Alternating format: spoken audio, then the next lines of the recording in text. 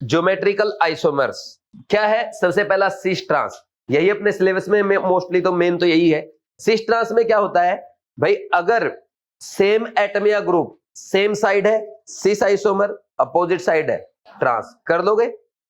ये एग्जांपल्स है। नेक्स्ट, ये मैंने आपको बना के दिखा, सिस ब्यूट 2 इन 1,4 डाइओइक एसिड, जिसको मेलिक एसिड कहते हैं, और इसका ट्रांस आइसोमर फ्यूमेरिक एसिड कहलाता है। और इसमें कैसे दिखाएंगे? साइक्लोएल्केन्स में वेज पे जो है वो आउटसाइड द प्लेन है, और जो डैश पे होता है वो इनसाइड द प्लेन। तो ये सेम साइड हो गया आउटसाइड द प्लेन, इसमें एक आउटसाइड था एक इनसाइड, तो ये सिस ये ट्रांस। ऐसे एग्जांपल कर लोगे।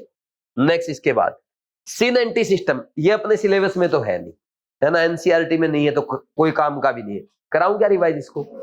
छोड़ो इसको। और वैसे अगर जानना है तो कब एप्लीकेबल है? जब एटलीस्ट एक लोन पेयर प्रेजेंट है। ऑक्साइम में अगर एल्डोक्साइम है, HOH सेम साइड है तो सिन, HOH अपोजिट साइड है RRS के, ट्रांस। और कीटोक्साइम में भाई alphabetically preferred group OH same side, syn, और अपोजिट है तो ट्रांस। और एजो कंपाउंड में दोनों लोन पेयर सेम साइड, सिन, अपोजिट साइड एंटी। अब मतलब ट्रांस बोल दो एंटी बोल दो एक ही बात होता है। मैं ट्रांस बोल रहा था क्या, इसको एंटी बोलते हैं। नेक्स्ट, EZ सिस्टम कब एप्लीकेबल है? जब चारों एटम या ग्रुप क्या हो जाए? डिफरेंट हो जाए, तो तब एप्लीकेबल है। सबसे पहले प्रायोरिटी असाइन करेंगे अकॉर्डिंग टू CIP रूल। तो चारों एटम या ग्रुप में देखो दोनों कार्बन पे RRS के सेम साइड है, हायर प्रायोरिटी ग्रुप तो Z, अपोजिट साइड है तो E। CIP रूल कैसे डिसाइड करते हैं? सबसे पहले आप ये देखो, RRS से डायरेक्टली अटैच जो एटम है, जिसका एटॉमिक नंबर ज्यादा उसकी प्रायोरिटी ज्यादा। जैसे इस केस में देखो, फ्लोरीन क्लोरीन में क्लोरीन की ज्यादा, इधर वाले कार्बन में ब्रोमीन आयोडीन में आयोडीन ज्यादा, हायर प्रायोरिटी सेम साइड तो Z। इसमें देखो क्लोरीन की ज्यादा, इधर वाले कार्बन पे आयोडीन की ज्यादा, higher priority opposite side E। अब नेक्स्ट हम चेक करते हैं, अगर एटॉमिक नंबर सेम है तो मास नंबर चेक कर लो। अगर आपको क्या दे रखे हैं? आइसोमर्स दे रखे हैं। तो जैसे इन दोनों में क्लोरीन 37 का ज्यादा हो गया, हाइड्रोजन ड्यूटेरियम में ड्यूटेरियम का ज्यादा हुआ, higher priority same side Z, opposite side E। अगर एटॉमिक नंबर और मास नंबर सेम हो जाए, यानी एटम सेम हो गया इसका मतलब, then check next atom which is attached to carbon which was attached to RRS। जो RRS से अटैच कार्बन है ना, उससे क्या क्या जुड़ा है अब उनके चेक करो। अगर वो भी सेम हो जाए तो उससे नेक्स्ट वाले कार्बन के चेक करो। ऐसा करते हैं, ठीक। जैसे इस कार्बन में यहां पे कार्बन जुड़ा, यहां भी कार्बन जुड़ा, इस कार्बन से नेक्स्ट क्लोरीन, यहां पे कार्बन, तो क्लोरीन वाला जीत गया, हायर प्रायोरिटी। इस कार्बन से नेक्स्ट ऑक्सीजन, इस कार्बन से नेक्स्ट नाइट्रोजन, ऐसे चेक कर लेंगे तो हायर प्रायोरिटी ऑक्सीजन वाले की हो जाएगी। ठीक कर लोगे? ऐसे ही ये केस हो जाएंगे ना सारे। अगर मल्टीपल बॉन्ड प्रेजेंट है तो मल्टीपल बॉन्ड को ऐसे मानो, किसी के दो डबल बॉन्ड बन रहा है ना, तो दो बार जुड़ा है। जैसे कार्बन ऑक्सीजन डबल बॉन्ड है तो कार्बन से ऑक्सीजन दो बार जुड़ रहा है, और ऑक्सीजन भी डबल बॉन्ड बना रहा है, यानी ऑक्सीजन भी कार्बन से दो बार जुड़ा है। कार्बन नाइट्रोजन ट्रिपल बॉन्ड बना रहा है तो कार्बन से 3 बार नाइट्रोजन जुड़ा है, नाइट्रोजन से 3 बार कार्बन जुड़ा है। ठीक, ऐसे बना के कर लेंगे या नहीं कर लेंगे? ये हो गया, ये सबसे इंपॉर्टेंट है, ये सबसे ज्यादा काम आएगा अपने। फिर ये नेम लिखना सिखा था, कोई काम का नहीं है। इसके बाद आपने सीखा calculation of number of geometrical isomer. देखो कंपाउंड अगर अनसिमेट्रिक है और उसमें n साइट ऐसी है जहां पे GI पॉसिबल है, the number of GI is equal to 2 की पावर n। और अगर कंपाउंड सिमेट्रिक है तो उस केस में नंबर ऑफ GI 2 की पावर n-1 प्लस 2 की पावर p-1। n अगर इवन है तो p is equal to n/2, और n अगर ओड है तो p इक्वल टू n+1/2। ये फॉर्मूले ध्यान रखो। और ये क्वेश्चन, ये तो सिंपल क्वेश्चन है, इसमें तो एक एक है दोनों में, सिस ट्रांस बनेंगे, कर लोगे। नेक्स्ट, ये क्वेश्चन इंपॉर्टेंट है, ये अनसिमेट्री का केस है जिसमें दो साइट है जहां पे GI पॉसिबल है। ये सिमेट्री का केस है जहां पे दो साइट ऐसी है जहां पे GI पॉसिबल। ठीक से अनसिमेट्रिक वाले में 2 की पावर 2 4 हो गया, बना के देखने की जरूरत नहीं है, बस फॉर्मूले से देख लो। सिमेट्रिक वाले में 2 की पावर 2-1, और यहां पे p1 आएगा 2 की पावर प्लस p की पावर 1-1। ठीक, तो इसमें 3 आ जाएंगे, कर लोगे। ये एग्जांपल रहने दो। नेक्स्ट, साइक्लिक वाले छोड़ दो, कोई काम के नहीं है, सिलेबस में नहीं है। नेक्स्ट आ जाओ प्रॉपर्टीज ऑफ GI। स्टेबिलिटी सिस से ज्यादा ट्रांस की होती है क्योंकि उसमें बल्कि ग्रुप अपोजिट साइड आ जाते हैं, रिपल्सन कम होगा। डाइपोल मोमेंट जनरली सिस का ज्यादा होगा, यानी cis will be more polar than trans isomer. और जो ज्यादा पोलर होगा उसकी पोलरिटी ज्यादा, इसलिए वो पोलर कंपाउंड में ज्यादा सोल्यूबल हो जाएगा। उसके बाद melting point directly proportional to symmetricity होता है, तो सिस से ज्यादा सिमेट्रिक कौन हो गया? ट्रांस, तो ट्रांस ज्यादा स्टेबल हो, ट्रांस की मेल्टिंग पॉइंट ज्यादा होगा। Boiling point directly proportional to polarity होता है, तो ज्यादा पोलर कौन? सिस, तो सिस की पोलैरिटी ज्यादा, इसलिए उसका बॉइलिंग पॉइंट ज्यादा। ये ध्यान रख लेना बस लास्ट वाला प्रॉपर्टीज में, लास्ट पेज में जो पढ़ाया उसमें लास्ट वाला पॉइंट, बॉइलिंग पॉइंट वाला पॉइंट इंपॉर्टेंट है, कर लोगे? ठीक है भाई।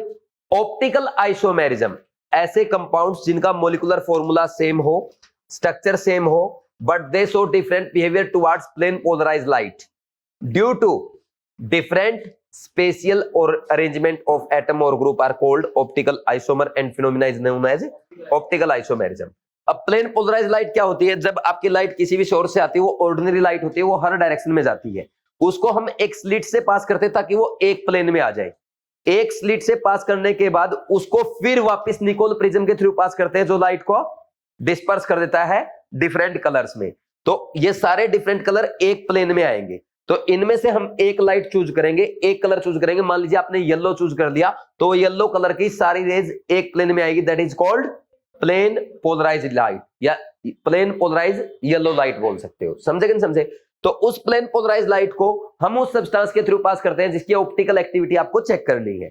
तो सब्सटेंस के थ्रू जैसे ही पास किया, तो अगर मान लीजिए वो प्लेन पोलराइज्ड लाइट को क्लॉकवाइज या एंटी क्लॉकवाइज रोटेट कर देता है, then substance is optically active. और अगर नहीं करता है, ऐसे का ऐसे उसी प्लेन में रहती है, then it is optically inactive substance. अगर वो प्लेन पोलराइज्ड लाइट को क्लॉकवाइज रोटेट करता है, then it is dextro rotatory represented by small d, और एंटी क्लॉकवाइज रोटेट करता है, then it is levo rotatory represented by small n. ठीक, next इसके बाद, अच्छा ये सब प्रोसेस होती है पोलैरिमीटर में, है ना। और पोलैरिमीटर एक अपैरेटस होता है, उसमें इतना डिटेल में दिखाने की जरूरत नहीं होती। अपैरेटस में सब्सटेंस रखा, वो रखते ही आपको बता देगा कि ये ऑप्टिकली एक्टिव है या नहीं है, या उसका एंगल ऑफ रोटेशन कितना है। अब एंगल ऑफ रोटेशन जो आएगा, उसका मैग्नीट्यूड किस पे डिपेंड करेगा? पहला, nature of substance, different substance के लिए डिफरेंट होगा।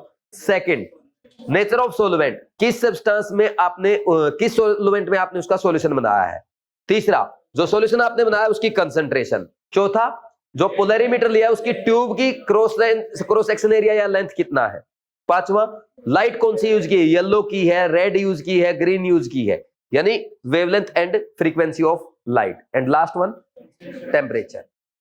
कर लोगे experimental temperature. Next, some important terms, optical activity, tendency to rotate polarised light, optical active substance जो प्लेन पोलराइज्ड लाइट को रोटेट कर दे, कौन करता है? Unsymmetric substance. और अनसिमेट्रिक सब्सटेंस क्या होती है? मिरर इमेज क्या होती है? Non superimposable. Optically active substance वो प्लेन पोलराइज्ड लाइट को रोटेट नहीं करेगा, क्योंकि वो सिमेट्रिक होता है और उसकी मिरर इमेज सुपरइम्पोजेबल होती है। तो सिमेट्रिक सब्सटेंस में क्या हो जाता है? आधा सब्सटेंस तो प्लस थीटा से रोटेट करेगा, आधा माइनस थीटा से, net rotation zero. Net rotation zero तो ऑप्टिकली इनएक्टिव। और अनसिमेट्रिक सब्सटेंस कुछ ना कुछ रोटेशन करेगा, तो उसके कारण क्या आएगा? थीटा नेट नॉन जीरो, यानी अनसिमेट्रिक सब्सटेंस हो जाएगा, ऑप्टिकली एक्टिव सब्सटेंस हो जाएगा। फिर इसके बाद हमने पढ़ा कायरल सेंटर, ऐसा sp3 हाइब्रिडाइज एटम जिसमें चारों एटम या ग्रुप जो जुड़े हैं वो डिफरेंट हो जाए, then it is called chiral centre. ठीक, तो सबसे पहले sp3 होना चाहिए आपका एटम, और चारों एटम या ग्रुप डिफरेंट होने चाहिए। जैसे इसमें चारों डिफरेंट है, इसमें भी चारों डिफरेंट है, इसमें चारों डिफरेंट है इस कार्बन के, ये sp3 है, चारों डिफरेंट एटम या ग्रुप जुड़े हैं। इसमें दो सेंटर ऐसे हो गए इसके चारों एटम या ग्रुप डिफरेंट है और sp3 भी है। ठीक, तो ऐसे चेक कर लोगे। और कभी लोन पेयर आ जाए उसको स्यूडो एटम मान लेते हैं, है ना, वो भी डिफरेंट एटम माना जाएगा। ठीक, फिर देखो बस इतना ही करने होते हैं आपको। वैसे ऊपर वाला ना इतना ही आएगा नीट में, क्योंकि हमारी एनसीईआरटी में है ना ये साइक्लिक वाले हैं भी नहीं, बट फिर भी प्रैक्टिस के लिए कर लिए, पता होना चाहिए। और आप देखो sp3 जो है और उसके लगा कार्बन जो है, उस sp3 कार्बन के क्या क्या जुड़ा है। जैसे इसमें गए, इसमें यहाँ पे हाइड्रोजन मिथाइल, इधर CH2 इधर CH2 अलग हो गया, सेम हो गया, सॉरी। ठीक, इस कार्बन के मिथाइल हाइड्रोजन जुड़ा, इधर गए CH2 इधर CH के CH3, डिफरेंट हो गया, तो चारों डिफरेंट है तो कायरल हो गया। सिमिलरली इस कार्बन के मिथाइल हाइड्रोजन, इधर गए CH2 इधर CH चारों डिफरेंट हो गए। समझे कि नहीं समझे? और बाकी ऐसे ही चेक करने होते, कर लोगे। साइक्लिक में बहुत ज्यादा डिटेल में जाने की जरूरत नहीं है। Next, chiral molecule. कायरल का मतलब होता है अनसिमेट्रिक, और अनसिमेट्रिक मॉलिक्यूल क्या होगा? Optically active. उसकी मिरर इमेज क्या होगी? Non superimposable. तो chiral means optically active substance. कई बार आपसे पूछ लेता है which of the following molecule is chiral, तो आप क्या बोलेंगे? जो अनसिमेट्रिक है वो ऑप्टिकली एक्टिव है, यानी वो कायरल है। ठीक, और ए कायरल मींस सिमेट्रिक यानी ऑप्टिकली इनएक्टिव। बोलो कोई डाउट है क्या? नेक्स्ट, ये लेटर वेटर छोड़ो, फालतू की चीजें। Condition for substance to be optically active कब होगा? जब वो अनसिमेट्रिक होगा। अनसिमेट्रिक कब होगा? जब उसमें एलिमेंट्स ऑफ सिमेट्री नहीं होगा। एलिमेंट ऑफ सिमेट्री क्या होता है? कोस, पोस एंड एओएस। तो कोस और पोस, सेंटर ऑफ सिमेट्री और प्लेन ऑफ सिमेट्री हम ओनली चेक करते हैं। कोई ऐसा सब्सटेंस जिसमें ना तो सेंटर ऑफ सिमेट्री ना प्लेन ऑफ सिमेट्री, वो क्या होगा? ऑप्टिकली एक्टिव यानी अनसिमेट्रिक सब्सटेंस होगा। इन दोनों में से कोई एक प्रेजेंट है, दोनों प्रेजेंट है, तो क्या हो जाएगा? Optically inactive. Next, centre of symmetry, ऐसा इमेजनरी पॉइंट या centre in a molecule from where equal distance opposite direction में क्या हो जाए? सेम एटम या ग्रुप आ जाए, that is called centre of symmetry. अब इनमें देखो ऐसे बना बना के, भाई 3 वाला है, 5 वाला, 7 की रिंग वाला, उनमें तो वैसे ही नहीं आएगा, क्योंकि अरे ऑड नंबर ऑफ कार्बन हो गए ना। जैसे एक कार्बन इधर, इधर भी एक कार्बन, 2 ही हुआ ना, ऊपर तीसरा कार्बन है तो नीचे चौथा है ही नहीं ऑड में, तो नहीं, तो वो सिमेट्रिक कैसे? उसमें सेंटर ऑफ सिमेट्री आ ही नहीं सकती। तो इवन वाले में आएगी पहली बात तो, जैसे ब्यूटेन में आ गई, ब्यूटेन में इधर देखो CH2, इधर भी CH2, उधर CH2, इधर भी CH2। 5 वाले में नहीं आएगी। 4 वाले में देखी, इधर देखा आपने, इसके CH के CH3 लगा ऊपर की साइड, लेकिन इसके अपोजिट डायरेक्शन इक्वल डिस्टेंस पे क्या लगा? ओनली CH2 लगा, तो ये सेंटर ऑफ सिमेट्री नहीं है। अब इसमें CH के CH3 लगा, इसमें CH के CH3 लगा, लेकिन दोनों बाहर की तरफ लगे, तो इक्वल डिस्टेंस अपोजिट डायरेक्शन, ये डायरेक्शन CH3, तो ये नीचे होना चाहिए था, ठीक जैसा कि इसमें है, एक ऊपर दूसरा नीचे, तो इक्वल डिस्टेंस अपोजिट डायरेक्शन में मिथाइल ग्रुप आ जाएगा। तो ऐसे ही इनका चेक करना है, कर लोगे? ठीक। सिस आइसोमर में सेंटर ऑफ सिमेट्री नहीं होती, ट्रांस में होती, क्योंकि इक्वल डिस्टेंस अपोजिट डायरेक्शन में सेम एटम या ग्रुप आ जाएंगे। प्लेन ऑफ सिमेट्री, ऐसा plane, imaginary plane which divide molecule in 2 equal part is called plane of symmetry. जैसे इसमें देखो slice cut plane of symmetry आ जाएगा, मतलब उसी प्लेन में काट दो मॉलिक्यूल को, बाकी यहां से भी आ जाएगा, यहां से भी आ जाएगा, यहां से भी बहुत सारी आ जाएगी, 4 आ जाएगी टोटल, है ना। नेक्स्ट, इसमें भी प्लेन ऑफ सिमेट्री ऐसे काट दो, ठीक। इसमें देखो ये काट दिया, इधर जो मॉलिक्यूल है वैसा ही उधर है, यानी एक टाइप से मिरर बन जाता है, मिरर हो गया, जैसा उधर वैसा इधर, ठीक। अब इसमें नहीं है, क्योंकि ऐसे आपने रखा, इधर मिथाइल नीचे है, उधर ऊपर है, नहीं। ये वाले में है, आधा आधा मॉलिक्यूल कट गया। इस वाले में नहीं है प्लेन ऑफ सिमेट्री, क्योंकि ये मिथाइल ऊपर, दूसरा नीचे। कर लोगे ऐसे चेक? सबका ऐसे चेक करना आपको। तो इसमें बेंजीन में कितनी सिमेट्री, प्लेन ऑफ सिमेट्री आती है? 7। सिस और ट्रांस में स्लाइस कट आ जाएगी, यानी उसी प्लेन में काट दो। कायरल सेंटर को एसिमेट्रिक कार्बन या स्टीरियो सेंटर भी कहते हैं, ठीक। अब केस 1, कोई कंपाउंड ऑप्टिकली एक्टिव कब होगा, कब नहीं होगा? अगर एक ही कायरल सेंटर है, वो कंपाउंड हमेशा ऑप्टिकली एक्टिव होगा। बस एक ध्यान रखना, उस कायरल सेंटर पे कोई लोन पेयर प्रेजेंट नहीं होना चाहिए। बोलो कोई डाउट है क्या? तो इनमें सब में एक एक कायरल सेंटर था, सो दे आर ऑप्टिकली एक्टिव। अब यहां पे इस पे लोन पेयर आ गया, लोन पेयर आने की वजह से रैपिड अम्ब्रेला इन्वर्जन हो जाता है, जिसके कारण से क्या हो जाएगा? सिमेट्रिक हो जाएगा, फ्लिपिंग करता है ये, ठीक। और ये एनायन वाला भी वही केस है, लेकिन आपके सिलेबस में नहीं है, आपके सिर्फ ऊपर वाले हैं जिनमें एक कायरल सेंटर आता है। सेकंड वाला केस, अगर एक से ज्यादा कायरल सेंटर प्रेजेंट है, देन कंपाउंड ऑप्टिकली एक्टिव हो भी सकता है और नहीं भी हो सकता है। ये ऑप्टिकली एक्टिव है अगर इसमें क्या बोलेंगे, अगर ये अनसिमेट्रिक है, इसमें both COS and POS are absent, otherwise it will be optically inactive. तो ये जितने एग्जांपल हमने बनाए ना, आप सीधा ये देखा करो, कायरल सेंटर का लेना देना नहीं है, 1 है, 2 है, 4 है, 10 है, 0 है। आप ये देखो उसमें कोस और पोस दोनों एब्सेंट है, तो वो ऑप्टिकली एक्टिव है, नहीं तो नहीं। चेक कर लो, नहीं तो इनएक्टिव है, ठीक। तो ये देखो, इनमें कोई एग्जांपल दोबारा एक्सप्लेन करना हो बताओ, करना कोई एग्जांपल कर लोगे? आसान है ना सारे के सारे, आपके सामने लिखे। नेक्स्ट, इसके बाद अब ये भी ऐसे ही है, इसमें देखो ये सिस में क्या है? प्लेन ऑफ सिमेट्री है, ट्रांस में नहीं है, तो ये ऑप्टिकली एक्टिव है, वो नहीं है, ठीक। इसमें प्लेन ऑफ सिमेट्री एक भी होगी ना, कोस या पोस में से एक भी प्रेजेंट हो गई, वो क्या हो जाएगा? ऑप्टिकली इनएक्टिव हो जाएगा। इसमें दोनों एब्सेंट है, तो ऑप्टिकली एक्टिव हो गया। इसमें एक प्रेजेंट है, ये ऑप्टिकली इनएक्टिव, इसमें दोनों एब्सेंट है, ऑप्टिकली एक्टिव, ठीक। कर लोगे? ऐसे एग्जांपल है। ये ऊपर ऊपर वाले कर लेना, इसमें ये नीचे वाले करने की कोई खास जरूरत नहीं है। समझे कि नहीं समझे? इनको छोड़ देना नीचे वालों को, बिल्कुल, ठीक। इसके बाद देखो, अगर कंपाउंड में कोई कायरल सेंटर नहीं है, वो भी ऑप्टिकली एक्टिव हो भी सकता है और नहीं भी हो सकता। कब होगा ऑप्टिकली एक्टिव? अगर COS and POS both are absent. तो वही एग्जांपल देख लेना, ये इस टाइप से करवा रखे, ठीक। कर लोगे भाई? बस यहां तक आपके सिलेबस में है, एलिन बाइफिनाइल आपके सिलेबस में नहीं है।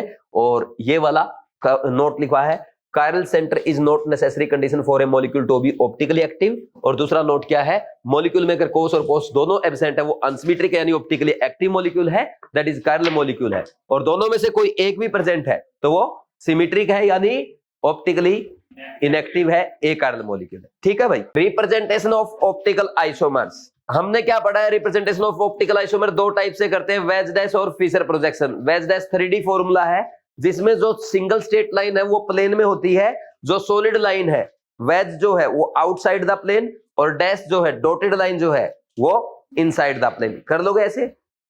फिशर प्रोजेक्शन में जब हम एग्जैक्ट फिशर प्रोजेक्शन लिखते हैं तो इसमें वर्टिकल लाइन पे आएगी प्रिंसिपल कार्बन चेन, और एग्जैक्ट फिशर के लिए प्रिंसिपल फंक्शनल ग्रुप होना चाहिए टॉप मोस्ट पोजीशन पे। ये आपका 2D फॉर्मूला है। नेक्स्ट, अगर आपको ऐसे ही दे दिया हॉरिजॉन्टल और वर्टिकल पे लिख के, कोई कहीं लिख के दे दिया, तो आप उसको अगर एग्जैक्ट फिशर में लेके जाओगे, यानी क्या करोगे, वर्टिकल पे प्रिंसिपल कार्बन चेन और टॉप मोस्ट पोजीशन में प्रिंसिपल फंक्शनल ग्रुप लाओगे, तो उस टाइम ध्यान रखना एक बार में है ना एक को ही चेंज करोगे और बगल वाले को ही चेंज करोगे। ये नहीं कि एच और सी एच ओ को चेंज कर दिया, ऐसा नहीं, 90 डिग्री पे चेंज करेंगे एक बार। ठीक, तो अगर मान ली अब जैसे ये है, अब ये तो एक बार में ही चेंज करने पे एग्जैक्ट फिशर आ गया, बट इसमें देखो पहले CHO को टॉप मोस्ट पोजीशन पे लेके गए, यहां CH2OH आ गया, फिर एक बार और चेंज किया तो फिर ये CH2OH नीचे आ गया, एग्जैक्ट फिशर हो गया। तो अब क्या होता है, अगर कभी आप ओड नंबर चेंजेस करते हो, एक बार 90 का है ना, 270 डिग्री, 450 डिग्री, या यूं बोल दो एक बार चेंज, 3 बार चेंज, 5 बार चेंज, उसमें कॉन्फ़िगरेशन इन्वर्टेड आएगा। और अगर आप इवन नंबर चेंजेस करते हो, कॉन्फ़िगरेशन सेम आएगा, आइडेंटिकल आएगा। जैसे इसमें देखो, इसमें 1 और 2 एक बार चेंज है, इन्वर्टेड है, यहां पे 1 और 2 इन्वर्टेड, 2 और 3 inverted, but 1 and 3 are identical. समझे कि नहीं समझे? ये नोट भी लिख रखा है। ठीक, next, wedge dash to Fischer कैसे कन्वर्ट करते हैं? ये वेज डैश आपको दिया है, इसमें बस एक चीज सीख लो भाई, आप है ना बैठ जाओ किस पे, वेज वाले पे, वहां पे अपनी नजर रख लो, और जिस पे नजर रखी उसको बॉटम में रख दो, रख दिया, फिर डैश वाले को टॉप पे रख दो। अब जहां आप बैठे हो वहीं बैठे बैठे देखो, जो आपके राइट साइड में है राइट में रख दो, जो लेफ्ट में है लेफ्ट में रख दो, बस हो गया काम। समझे कि नहीं समझे? और कुछ भी नहीं करना। ऊपर लिखा तो ऊपर से देखो, ऐसे ऊपर से देखना पड़ेगा। अब NH2 को नीचे लिखा, बॉटम में आ गया, फिर इसके बाद ये CH3 टॉप में आ गया, और ऊपर से देखते हुए देखो, ऊपर से देख रहे हो NH2 के H राइट है तो H राइट, COOH लेफ्ट आ गया। कर लोगे? अगर 2 कायरल सेंटर वाला है तो एक डैश पे तो बैठ जाओ, दूसरे डैश को टॉप पे रख दो, इस डैश पे बैठे, ये बॉटम पे आ गया, ठीक, और दूसरा डैश H टॉप पे चला गया। इस पे बैठे बैठे आपने देखा COOH राइट है, तो जिस कार्बन के लगा है उस पे COOH राइट, H लेफ्ट, और फिर दूसरे कार्बन में दूर वाले पे COOH राइट और OH लेफ्ट। कर लोगे? बस ये आना चाहिए, और कुछ दम नहीं है लेक्चर में। ठीक, नेक्स्ट, इसके बाद अब कॉन्फ़िगरेशन ऑफ ऑप्टिकल आइसोमर, पहला आता है DL कॉन्फ़िगरेशन, दूसरा RS। DL कॉन्फ़िगरेशन हम यूज करते हैं कार्बोहाइड्रेट के लिए। कार्बोहाइड्रेट क्या होते हैं? पॉलीहाइड्रोक्सी कार्बोनिल सब्सटेंस जिनमें कम से कम एक कायरल सेंटर प्रेजेंट हो, दे आर कॉल्ड कार्बोहाइड्रेट। ठीक, तो इनमें क्या है, एग्जैक्ट फिशर प्रोजेक्शन में DL कॉन्फ़िगरेशन कैसे करेंगे? एग्जैक्ट फिशर में अगर दे रखा है functional group top most position, vertical line पे प्रिंसिपल कार्बन चेन, तो उस केस में OH अगर राइट साइड है D isomer, capital D isomer, OH left है तो कैपिटल L आइसोमर। और DL कॉन्फ़िगरेशन और स्मॉल dl कॉन्फ़िगरेशन, इनमें आपस में कोई रिलेशनशिप नहीं होता, क्योंकि ये थियोरेटिकल है, ये एक्सपेरिमेंटल है। डेक्स्ट्रो लिवो है ना, ये clockwise anti clockwise rotational light का, ये आप देख के नहीं बता सकते ऐसे घूर गया, अच्छा डेक्स्ट्रो लिवो, ऐसे नहीं, ये एक्सपेरिमेंटल होता है। ये बता सकते हो आप थियोरेटिकली। देखो जैसे इसमें देखा एग्जैक्ट फिशर, एक ही कायरल सेंटर है, वही फर्स्ट वही last, OH right, D ग्लिसरैल्डिहाइड, L ग्लिसरैल्डिहाइड, ये डी ग्लूकोज का structure. OH last chiral centre पे OH राइट साइड है, ठीक, दिखा ना, लास्ट कायरल सेंटर पे OH right, last chiral centre पे OH लेफ्ट है तो L हो गया। और ये डी ग्लूकोज और L ग्लूकोज के यही स्ट्रक्चर आपको याद करने हैं। ग्लूकोज में 4 कायरल सेंटर होते हैं। अब मान लीजिए कभी आपको एग्जैक्ट फिशर ना दिया हो तो घुमा घुमा के उसको एग्जैक्ट फिशर में लाओ, और एक बार में एक चेंज। अगर ऑड नंबर चेंज किए कॉन्फ़िगरेशन इन्वर्टेड लिख देना, और इवन नंबर चेंज किए कॉन्फ़िगरेशन सेम लिख देना। बोला सर अगर वेज डैश दिया हो तो वेज डैश से फीचर ले आना, और फीचर एग्जैक्ट आ रहा है तो वही आंसर हो गया। तो इसको आपने फीचर बना लिया, तो एग्जैक्ट क्या है, एग्जैक्ट फीचर आ रहा है, तो इसमें OH राइट साइड है, तो डी, यानी इसका आंसर क्या हुआ है, डी। और यहां पे आपने जब फीचर बनाया तो एग्जैक्ट फीचर नहीं था, पहले इसका एग्जैक्ट फीचर बनाओ। कितनी बार चेंज किया, एक बार। नहीं, ये तो इक्वल है ना, अरे ये तो इक्वल है ना।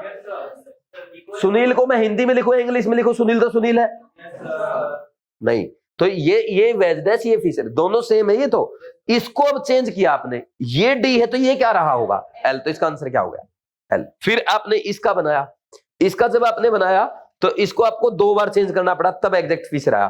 तो अब ये डी है तो इसका मतलब ये भी डी रहा होगा, कर लोगे। Next, among the following L serine is, इनका सबका क्या करो, एग्जैक्ट फीचर बना के देखो सबका, ठीक। और ओड के लिए इन्वर्टेड, इवन चेंज के लिए सेम, तो ऐसे सोल्व कर लोगे, हो जाएगा। नेक्स्ट, इसका आंसर सी आ गया था, आसान क्वेश्चन है इसका। Next, RS configuration. अच्छा, इसमें ना NH2 देख रहे हो आप, कायरल सेंटर पे OH की बजाय NH2 है, तो NH2 एग्जैक्ट फीचर में राइट आया तो डी, लेफ्ट आया तो एल। अब आ जाओ exact RS configuration. Feature projection में कैसे करते हैं, सबसे पहले CIP रूल के अकॉर्डिंग प्रायोरिटी साइन कर दो चारों डिफरेंट एटम या ग्रुप को। फिर टॉप अगर वर्टिकल लाइन पे लिस्ट प्रायोरिटी ग्रुप आ रहा, ऊपर या नीचे से मतलब नहीं है, वर्टिकल लाइन पे है, देन 1 से 2, 2 से 3 मूव करने पे क्लॉकवाइज के लिए R, एंटी क्लॉकवाइज के लिए S। और अगर फीचर प्रोजेक्शन में ही अगर हॉरिजॉन्टल पे आ जाए 1 से 2, 2 से 3 मूव करने पे क्लॉकवाइज के लिए S, एंटी क्लॉकवाइज के लिए R। और इसमें एग्जैक्ट फीचर बनाने की जरूरत नहीं होती। इसको एग्जैक्ट फीचर बनाना, क्या लिखोगे इसको, इसमें है ही नहीं, कार्बन ही एक है, कितने की चेन, प्रायोरिटी किसकी, कौन फंक्शनल ग्रुप, नहीं समझेगा, नहीं समझे। एग्जैक्ट फीचर की जरूरत पड़ती है सिर्फ DL कॉन्फ़िगरेशन में, इनमें तो सीधा नंबरिंग करो CIP रूल के अकॉर्डिंग। CIP रूल, प्रायोरिटी पहले, जिसका एटॉमिक नंबर ज्यादा है उसकी प्रायोरिटी ज्यादा, फिर प्रायोरिटी जैसे एटॉमिक नंबर कम हो जाता जाएगा प्रायोरिटी कम होती जाएगी। और एटॉमिक नंबर से ना हो, मास नंबर से, उससे भी ना हो, चेक फॉर नेक्स्ट एटम। और जब भी डबल बॉन्ड वाले आएंगे ऐसा समझो वो 2 बार सेम एटम जुड़ा है, कर लोगे ना ये सारे। नेक्स्ट, अब ये दो कायरल सेंटर वाले आ जाए तो पहले तो उनका जैसे सेकंड और थर्ड कायरल है तो दोनों का कॉन्फ़िगरेशन चेक कर लो। इसमें लिस्ट प्रायोरिटी ग्रुप आया हॉरिजॉन्टल पे, और 1 से 2, 2 से 3 मूव करने पे एंटी क्लॉकवाइज रोटेशन आ रहा है, तो क्या बोलोगे, बोलो इसको R, और ये वर्टिकल पे आ रहा है और ये क्लॉकवाइज R, 2R 3R हो गया। सिमिलरली इनका चेक करना है। किसी एग्जांपल का दोबारा समझाऊं क्या। फिर इसके बाद आता है RS configuration is veg dash formula. इसका आसान तरीका ये है, वेज डैश को फीचर में कन्वर्ट करो और जो कॉन्सेप्ट अभी आपने अप्लाई करा वो सीखो। बाकी वैसे टाइम वेस्ट करने की जरूरत नहीं, बाकी सब छोड़ दो, क्योंकि आसान मेथड यही है। क्या करोगे, वेज डैश को फीचर में कन्वर्ट किया, उसके अकॉर्डिंग कॉन्फ़िगरेशन फाइंड आउट कर लोगे। बोलो कोई डाउट है क्या। Relationship between optical isomers. Enantiomers क्या होते हैं, compounds which have same molecular formula, same structure, but they have non superimposable mirror image of each other. यानी सिंपल लैंग्वेज में क्या कह सकते हैं, they are optically active isomer, यानी they are dextro and levo isomers.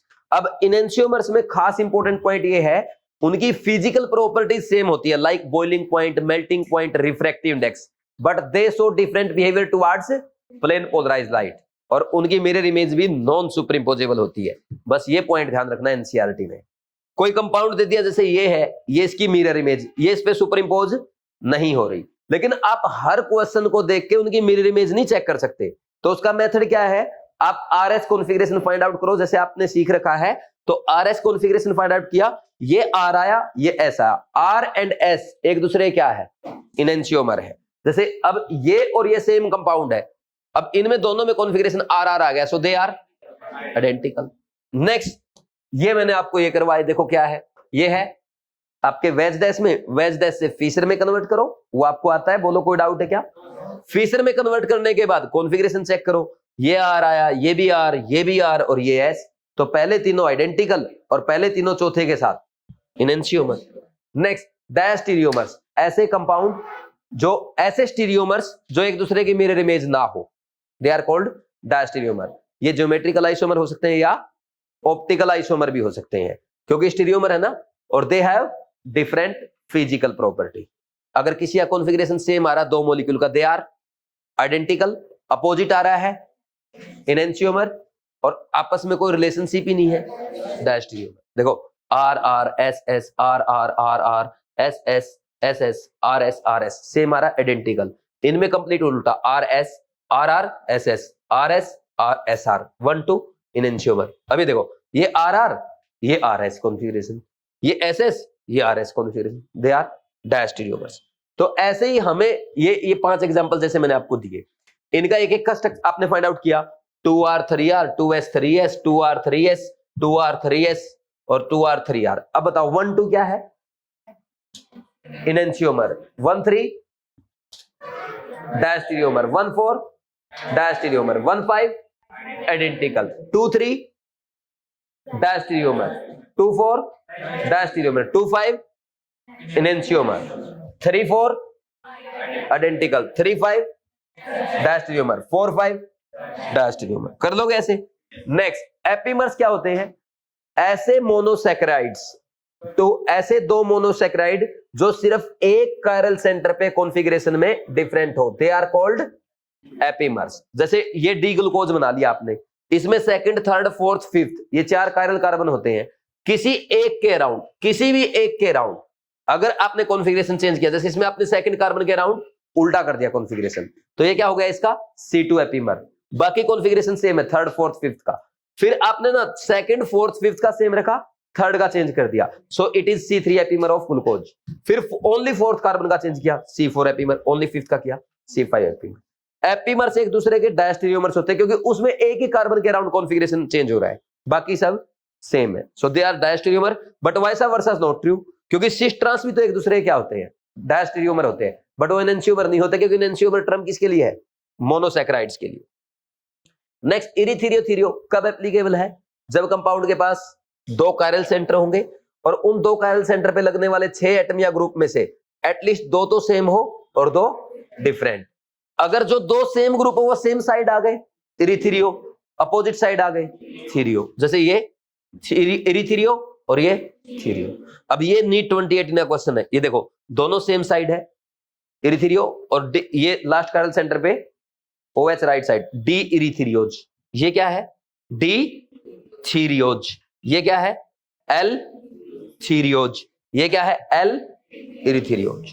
Next meso compound, meso compound एक chiral molecule होते हैं, यानी they are optically inactive which have 2 or more chiral center but optically inactive due to presence of symmetry, और symmetry के कारण क्या हो जाता है, इंटरनल कंपनसेशन हो जाएगा, यानी आधा मॉलिक्यूल तो प्लस थीटा से रोटेट करेगा लाइट को, आधा माइनस थीटा, नेट रोटेशन 0, यानी ऑप्टिकली इनएक्टिव। जैसे ये देखो इसमें 2 कायरल सेंटर है, सेंटर ऑफ सिमिट्री नहीं है बट प्लेन ऑफ सिमिट्री है, सो इट इज मीजो, क्योंकि ऑप्टिकली एक्टिव तो नहीं होगा। ऐसे ही टार्ट्रिक एसिड है, सिमिट्रिक टार्ट्रिक एसिड को क्या कहेंगे, मीजो टार्ट्रिक एसिड, और ये भी टार्ट्रिक एसिड है बट इसमें सिमिट्री नहीं आ रही, so it is called plus minus tartaric acid या ऑप्टिकली एक्टिव टार्ट्रिक एसिड। ऐसे ही एग्जांपल कराए थे, इसमें सिमिट्री है 2 कायरल कार्बन मीजो है, इसमें सिमिट्री नहीं है कायरल सेंटर है ये ऑप्टिकली एक्टिव।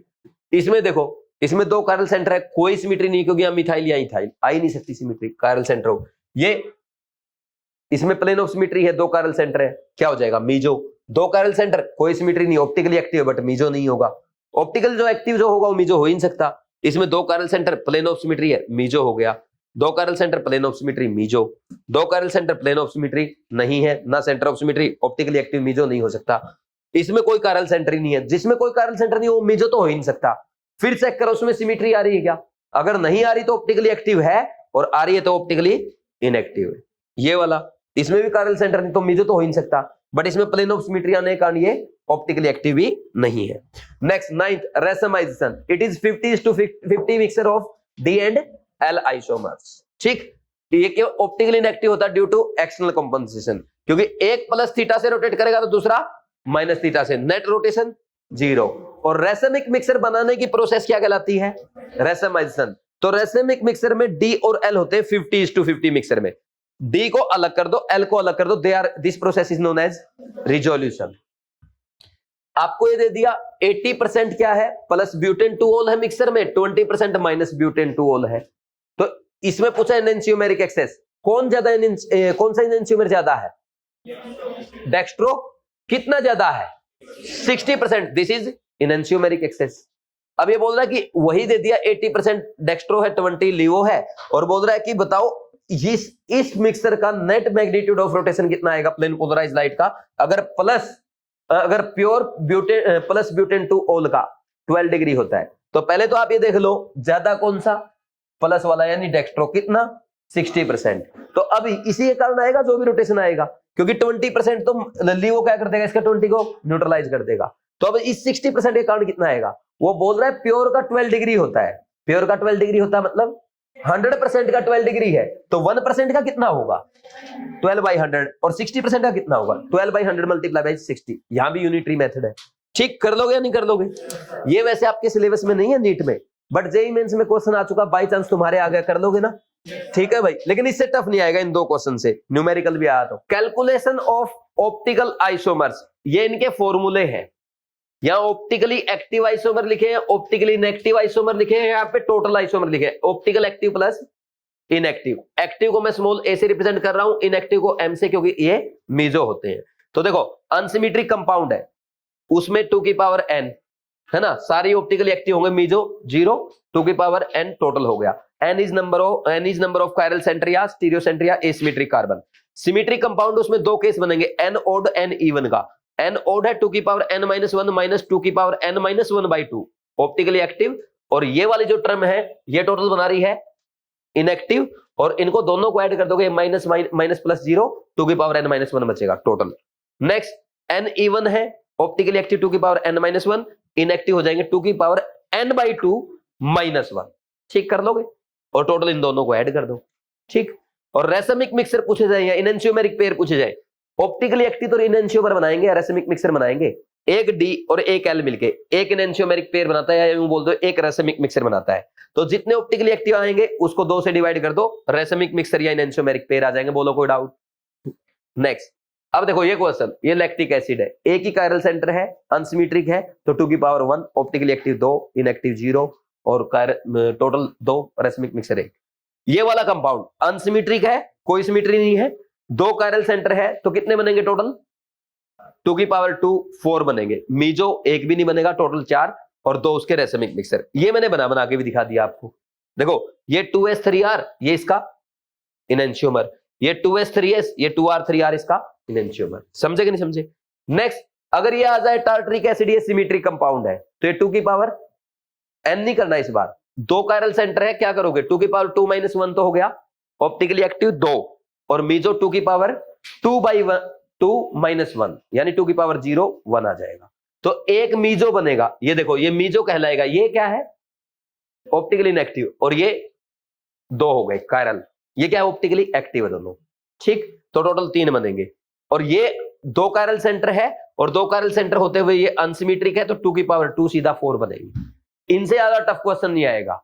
बस एग्जामिनर ये कर सकता है, यहां पे COOH की जगह मिथाइल मिथाइल लगा दिया, या यूं कर दिया यहां पे BR लगा दिया, ये कोई चेंज नहीं कर लोगे। इससे आगे कोई टफ क्वेश्चन नहीं आएगा। फिर ये आपके करवा रखे हैं यार, ये 3 वाला है अनसिमेट्रिक है, 2 की पावर 3 हो जाएगा, सारे ऑप्टिकली एक्टिव है। इसमें अगर देखो ये यहां पे सिमेट्री आ रही है, लेफ्ट और राइट सेम है, लेकिन इधर भी कायरल सेंटर, इधर भी कायरल सेंटर, तो बीच वाला भी स्यूडो कायरल कहलाएगा। तो सिमेट्रिक वाला केस लगा कर देना, ये आपके एग्जाम में नहीं है, एक्स्ट्रा क्वेश्चन है कोचिंग के लिए। Next, total number of stereo isomers, number of GI into OI। ये GI शो करेगा कितने, सिस ट्रांस एक ही साइट है, ये यहां से कायरल सेंटर है एक, तो ये 2 ऑप्टिकल एक्टिव बनाएगा, तो 2 ऑप्टिकल आइसोमर हो गए, 2 GI, टोटल कितने बन गए 4। कैसे? Cis dextro, cis levo, trans dextro, trans levo. Same question ये वाला है, इस मिथाइल की जगह इथाइल लगा दिया, BR की जगह OH लगा दिया, कोई दिक्कत नहीं, वो नीट का, ये एम्स का। फिर इसमें 2 ज्योमेट्रिकल की साइड, एक ऑप्टिकल की, इसकी जरूरत नहीं, एक्स्ट्रा है। और करना चाहो 2 ज्योमेट्रिकल कितने हो गए 4, और ये यहां पे अरे 2 साइड है ज्योमेट्रिकल की, टोटल 4 हो गए। अनसिमेट्रिक कंपाउंड है, और यहां पे 2 ऑप्टिकली एक्टिव, तो 4 दूनी 8। Cis cis dextro, cis cis levo, trans trans dextro, trans trans levo 4, cis trans dextro levo 6, trans cis dextro levo 8। Next, ये मत करो, साइक्लिक वाला बिल्कुल छोड़ दो। फिर ये क्वेश्चन करा मैंने IIT एडवांस का, इतना टफ तुम्हारे नहीं आएगा कभी भी, इसको भी आप स्किप कर सकते हो। और करना है तो C5H10 के टोटल बताने हैं इंक्लूडिंग स्टीरियोमर्स। पहले 5 ओपन चेन बना लिए और ओपन चेन में ये क्या करेगा, GI शो करेगा सिस ट्रांस, तो 2 इसके और 4 ये, 6 हो गए टोटल। फिर साइक्लोएल्केन बनाओ, 1 2 3 4 5, ये जो साइक्लोएल्केन है ये GI शो करेगी, इसके सिस ट्रांस बनेंगे। सिस ऑप्टिकली इनएक्टिव होगा और ट्रांस ऑप्टिकली एक्टिव होगा, यानी इसके जो 2 बने ना उनमें से एक एक्टिव है, तो 3 बन गए। इस टाइप से इसके 3 काउंट करोगे तो 3 इसके और ये कितनी है 4, 7 साइक्लिक और 6 ओपन चेन, 13 हो गए टोटल। कर लोगे? नेक्स्ट हाँ ये अच्छा क्वेश्चन है, ऐसे क्वेश्चन इस बार मुझे ऐसा लग रहा है एक क्वेश्चन आएगा यहां से और इन्हीं में से आ जाएगा एग्जाम में। Find total number of monochloro product form during chlorination of following. N butane, आप ये देखो 2 टाइप के कार्बन है, प्राइमरी सेकेंडरी, तो 2 ही टाइप के हाइड्रोजन, 2 टाइप के प्रोडक्ट बनेंगे। 2 टाइप की Cl लगा के देख लो, प्राइमरी पे सेकेंडरी पे। फिर ये देखो कोई कायरल तो नहीं है, जैसे इसमें कायरल है, कायरल तो डेक्स्ट्रोलिवोस के 2 बन जाएंगे, टोटल कितने बनेंगे 1 और 2 इसके 3, ऐसे करोगे। नेक्स्ट आइसोब्यूटेन में प्राइमरी और टर्सरी कार्बन ओनली, 2 टाइप के आइसोमर बनेंगे। फिर इसमें एन पेंटेन में प्राइमरी सेम है, ये सेकेंडरी सेम है, but the secondary is different, क्योंकि इसके दोनों तरफ सेकेंडरी जुड़ा, जबकि इन सेकेंडरी के प्राइमरी और सेकेंडरी जुड़ा। तो 3 टाइप के आइसोमर बना लिया आपने। 3 टाइप वाले में ये 1 क्लोरोपेंटेन, 2 क्लोरोपेंटेन, 3 क्लोरोपेंटेन। 2 क्लोरोपेंटेन वाले कायरल कार्बन है, उसके डेक्स्ट्रोलिवो बना दो। टोटल कितने हो गए 4। नेक्स्ट ये सबसे अच्छा क्वेश्चन, आइसोपेंटेन, ये प्राइमरी और ये दोनों प्राइमरी, ये अलग है ना, इनका दोनों का हाइड्रोजन अलग, क्योंकि ये टर्सरी जुड़े, ये सेकेंडरी जुड़ा, ये सेकेंडरी ये टर्सरी। तो 4 टाइप के हाइड्रोजन है, चारों टाइप के हाइड्रोजन लगा के क्लोरीन बना के देख लो, बन गए 4। फिर इसमें ये डेक्स्ट्रोलिवो बनाएगा, ये डेक्स्ट्रोलिवो बनाएगा, क्योंकि इनके पास कायरल सेंटर है।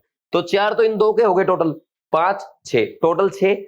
ऑप्टिकली एक्टिव पूछे तो ये 4 है, इसका डेक्स्ट्रोलिवो, इसका डेक्स्ट्रोलिवो, 4 ऑप्टिकली एक्टिव।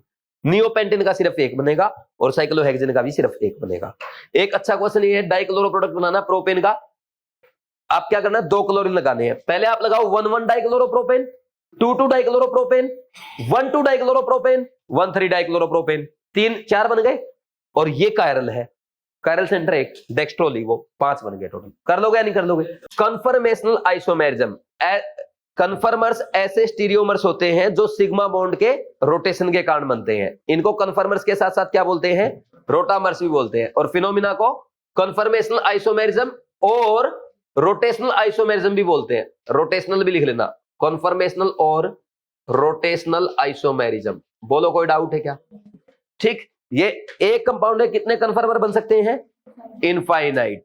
और एनर्जी रिक्वायर्ड जो होती है कन्फर्मर बनाने के लिए रूम टेम्परेचर पे अवेलेबल होती है, इसलिए कन्फर्मर एक दूसरे में इंटरकन्वर्टिबल होते हैं और उनको सेपरेट करना मुश्किल होता है। We can't separate conformers because they are interconvertible, because they are interconvertible at room temperature. ये लिख लो, because they are interconvertible at room temperature. बोलो कोई डाउट है क्या?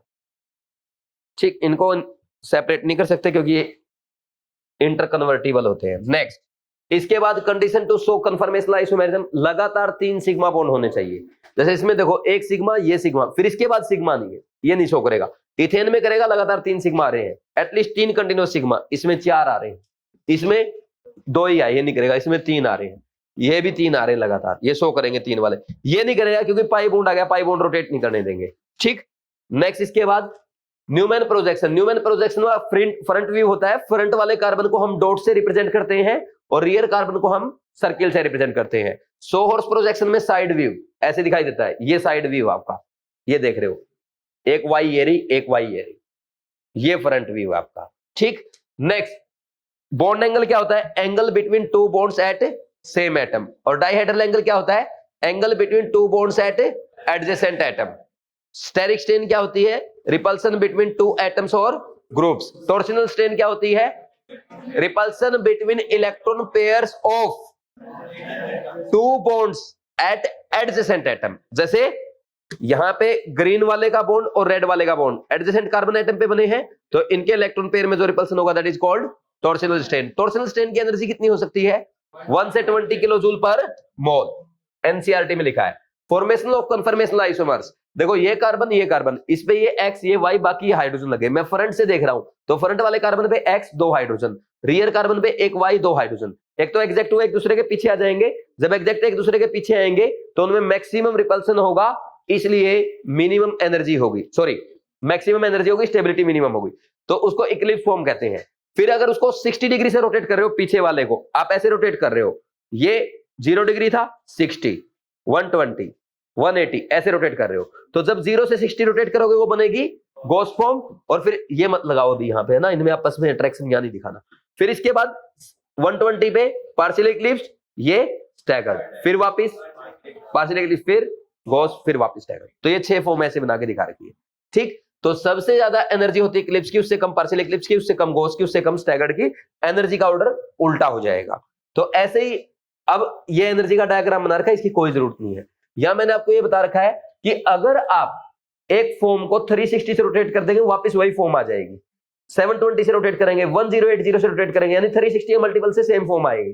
तो अगर आपको एंगल दिया तो घुमा के देख लो, जैसे अब इसने 300 डिग्री देखा है, इक्लिप्स से 300 डिग्री तो आपको पता है साफ साफ गॉस फॉर्म बनती है। लेकिन अगर इक्लिप्स को 1260 डिग्री बोल दिया तो 360 360 360 1080 हो गया, वापस क्या आ गई इक्लिप्स। फिर आपको कितना और घुमाना है, उसको 180 और घुमाना है, 180 और घुमाओगे तो स्टैगर्ड आ जाएगी। कर लोगे ऐसे। अब इक्लिप्स और स्टैगर्ड फॉर्म के बीच में इनफाइनाइट कन्फर्मर होते हैं, जिनको क्या कहते हैं, स्क्यू फॉर्म्स कहते हैं। फिर नेक्स्ट आएगा आपका कन्फर्मर्स ऑफ इथेन। कुछ नहीं, एक्स और वाई की जगह, दोनों की जगह हाइड्रोजन रख दो, हाइड्रोजन रख के देखोगे Eclipse staggered, Eclipse staggered, Eclipse staggered, सारी ये बनेंगी, ठीक। कर लोगे ऐसे। अब एनसीईआरटी की लाइन है, एनर्जी डिफरेंस जो होता है between two extreme forms of ethane, that is Eclipse form and staggered form, कितना गैप होता है, 12.5 किलो जूल पर मोल का, विच इज वेरी स्मॉल। और ये क्या है, इजिली अचीव हो सकता है रूम टेम्परेचर पे, इसलिए इक्लिप्स और स्टैगर्ड फॉर्म को सेपरेट करना मुश्किल हो जाता है। दो एक्सट्रीम फॉर्म को सेपरेट करना मुश्किल है, तो स्क्यू फॉर्म्स को सेपरेट करना तो और भी मुश्किल होगा, बोलो कोई डाउट नहीं है। इसलिए कन्फर्मर्स को हम सेपरेट नहीं कर सकते हैं। फिर इसके बाद अगर आप कन्फर्मर्स ऑफ ब्यूटेन लिखेंगे अराउंड C2C3 कार्बन, तो यहाँ पे एक्स मिथाइल वाई मिथाइल, तो पीछे जो आपने पढ़ा था ना एक्स और वाई वाला केस, वो सारे सेम बन जाएंगे, eclipse gauche, partial eclipse staggered, partial eclipse gauche, इस टाइप से बन जाएंगे और वही एनर्जी के ऑर्डर आ जाएंगे, ठीक। डायग्राम की तो बिल्कुल भी जरूरत नहीं है, ठीक, इतना ही करना आपको। अच्छा एक केस ये कर लेना, एक्स और वाई में अगर किसी टाइप का अट्रैक्शन हो जाए, जैसे hydrogen bonding electrostatic force of attraction, तो उसमें गोस फॉर्म स्टैगर्ड से ज्यादा स्टेबल हो जाती है। आपके एग्जांपल आएंगे, अगर मान लीजिए OH लग जाए, या OH और फ्लोरीन लग जाए, OH या NH2 लग जाए, इस केस में क्या हो सकता है, बोलो, इंट्रामोलिकुलर हाइड्रोजन बॉन्डिंग। जैसे ये हो गया इथाइलिन ग्लाइकोल, इथेन 1,2 डायोल बोलते हैं, तो इसकी गोस फॉर्म में क्या हो जाता है, due to intramolecular hydrogen bonding. कौन सी हाइड्रोजन बॉन्डिंग, इंट्रामोलिकुलर। कौन ज्यादा स्टेबल हो जाएगा, gauche form is more stable than staggered form. और ऐसे ही 2-फ्लोरोइथेनॉल, तो फ्लोरीन में और इस OH में गोस फॉर्म में इंट्रामोलिकुलर हाइड्रोजन बॉन्डिंग हो जाती है, इसलिए गोस फॉर्म की स्टेबिलिटी 2-फ्लोरोइथेनॉल में स्टैगर्ड से ज्यादा हो जाएगी। बोलो कोई डाउट है क्या, कर लोगे भाई इतना, ठीक। तो ये था आपका आज का लेक्चर, बस इतना ही करना है, ठीक। और एक इसके देखना चाहो ना, ये वाला कोचिंग में कराते हैं इलेक्ट्रोस्टैटिक फोर्स ऑफ अट्रैक्शन, ये आपका उसमें बनता है ज्विट्राइन के केस में, ठीक। गॉस फॉर्म में इलेक्ट्रोस्टैटिक फोर्स ऑफ अट्रैक्शन आ जाएगा। और साइक्लोहेक्सेन की ओर देख लो। अच्छा सुनो, साइक्लोप्रोपेन, ब्यूटेन, साइक्लोपेंटेन ये शो नहीं करेंगे, साइक्लोहेक्सेन शो करता है, वो इसलिए शो करता है उसमें एंगुलर स्ट्रेन नहीं होता, इनमें एंगुलर स्ट्रेन होता है।